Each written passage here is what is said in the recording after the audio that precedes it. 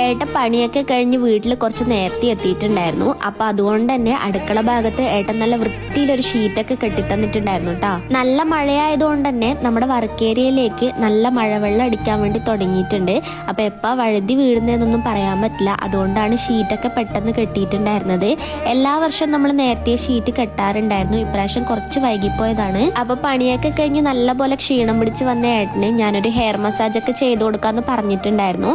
അപ്പൊ റീസെന്റ് ഞങ്ങൾ ഉപയോഗിച്ച് തുടങ്ങിയ ഒരു പ്രോഡക്റ്റ് ആണ് ലൂക്ക എന്ന് പറഞ്ഞ ബ്രാൻഡിന്റെ ഈ ഒരു ഹെയർ ഓയില്. അതിന്റെ കൂടെ തന്നെ ഇതാ ഈ ഒരു ഗ്ലൂട്ടാത്തയോണ്ട് സോപ്പും കൂടി വാങ്ങിച്ചിട്ടുണ്ടായിരുന്നു. കുളിക്കുന്നതിന് 1 മണിക്കൂർ മുന്നേ ഈ ഒരു ഹെയർ ഓയില് നമ്മുടെ തലേന്റെ എല്ലാ ഭാഗത്തും നല്ല പോലെ മസാജ് ചെയ്ത് പിടിപ്പിച്ച് ഹെയർ വാഷ് ചെയ്ത് കഴിഞ്ഞാൽ നമുക്ക് നല്ലൊരു റിസൾട്ട് കിട്ടുന്നതായിരിക്കും കേട്ടോ. അപ്പൊ ഏട്ടന് നല്ല പോലെ ഹെയർ മസാജ് ചെയ്ത് കൊടുത്തതിന് ശേഷം ഏട്ടൻ എന്നോട് പറഞ്ഞു ഞാൻ നിനക്കും കൂടി ചെയ്തു തരാന്ന്.